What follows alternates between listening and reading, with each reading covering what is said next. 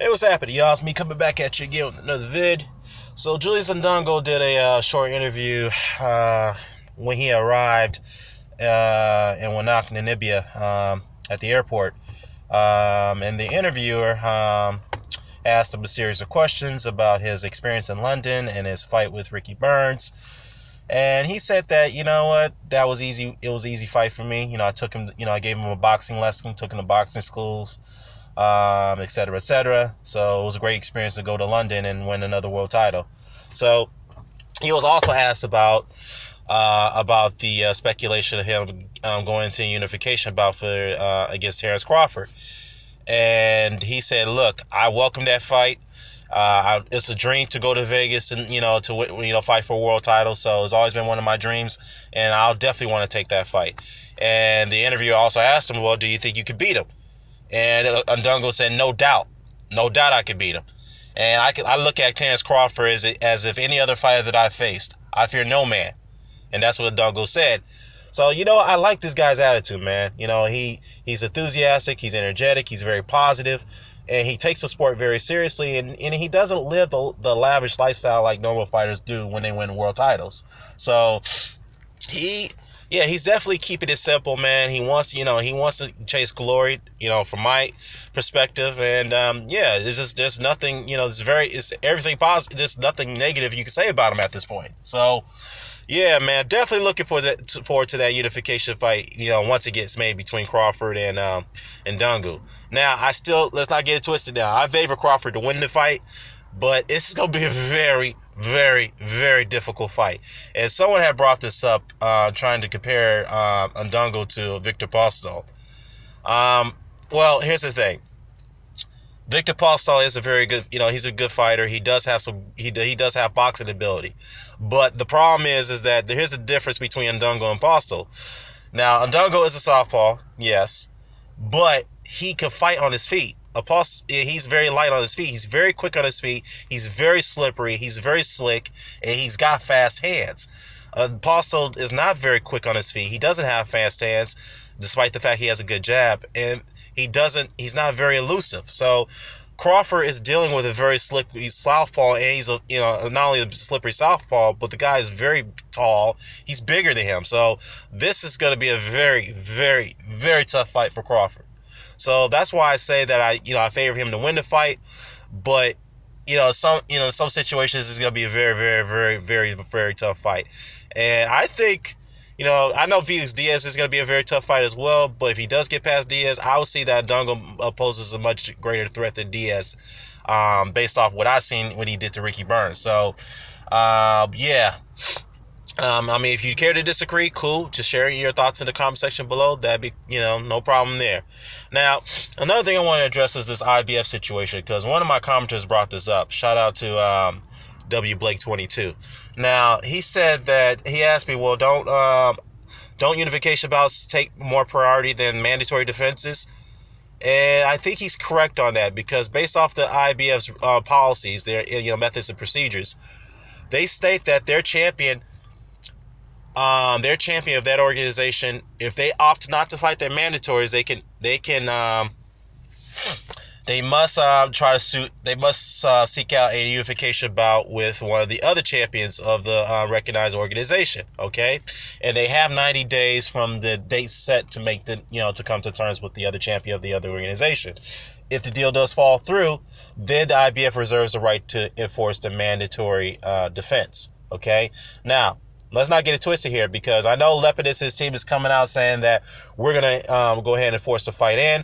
But I haven't heard anything from the IBF, because the IBF hasn't ordered the fight yet. So we'll see what there really comes, comes in regards to this matter. So hopefully they make the right choice. I hope they do, and allow Indongo to go ahead and pursue the unification bout with Crawford, because I think they understand that's more money, because the bottom line is the IBF need their sanction fees. Okay, they need to make money, and I understand they're very strict when it comes to their mandatories, but I think they also understand that they could go ahead and allow this to happen, because they'll make more money this way with the unification bout, especially with the fact that this is the undisputed title on the line.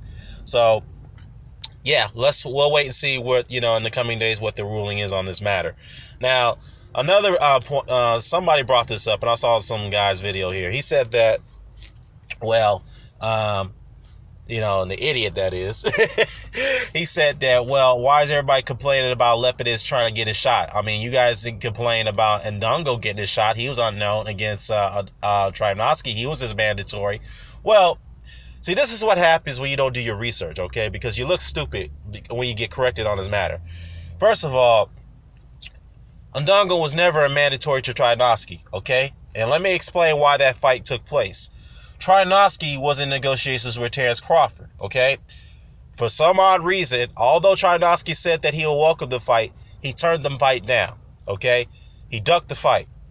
So rather than go into unification bout with Terence Crawford, he decided that he wanted to take involuntary defense instead. And who did they select? Trinovsky and his team, Ryan Bensky, who also manages Povetkin. They decided to go after the guy who's ranked 15th in the IBF, and that was Julius Indongo. Okay, they thought that was going to be an easy fight because obviously we all know that Indongo's an Olympian. He hasn't really fought any top tier competition. The only name that he's fought prior to the Trinovsky fight was Kaiser Mabuza. But other than that guy's Mabuza was way over the hill when he fought him. But other than that, they thought this was going to be easy work. Of course, we all seen what happened in Russia when he got in the ring with Indongo. Trinovsky got knocked out in 40 seconds, which all of us didn't expect to happen. So, yeah. So that's real truth to the story here, okay? So, and another comparison was made about these mandatories and all this stuff. Some guy came out and said, well, why? You guys are the same people that pressure Kell Brook to fight Errol Spence Jr. I'm like, well, first things first, I didn't pressure Kell Brook to fight Errol Spence Jr., okay? Now, let's make the comparison here, okay? Of course, I wanted him to fight Errol Spence Jr., but here's why that situation is different from this one.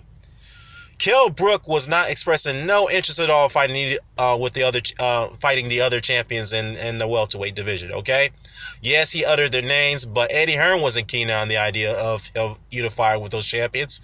So there was no sign of Kell Brook unifying with anybody.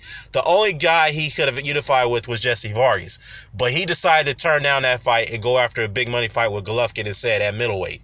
Okay, so that's the reason why Kell Brook was being pressured, because first of all, okay, you made 2 mandatory defenses. I think it was 3 of them, 3 mandatory defenses in the IBF against guys who didn't deserve to be in the ring with you.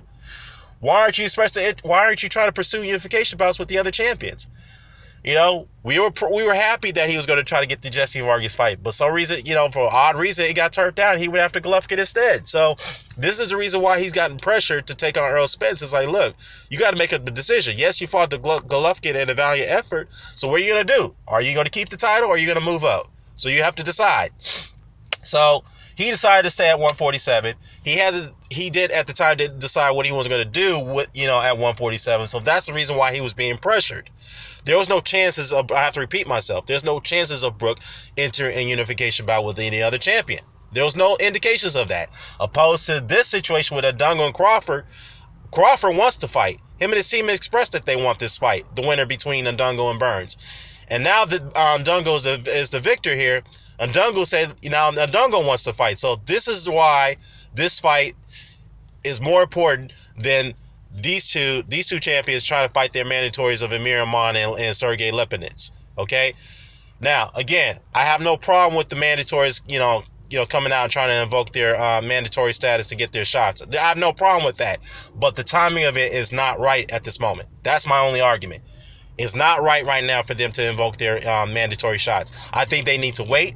They need to, allow this particular fight to go through for the undisputed title. So whoever the winner is, then yes, you could go ahead and invoke your mandatory shot. I think that's the fair thing to do.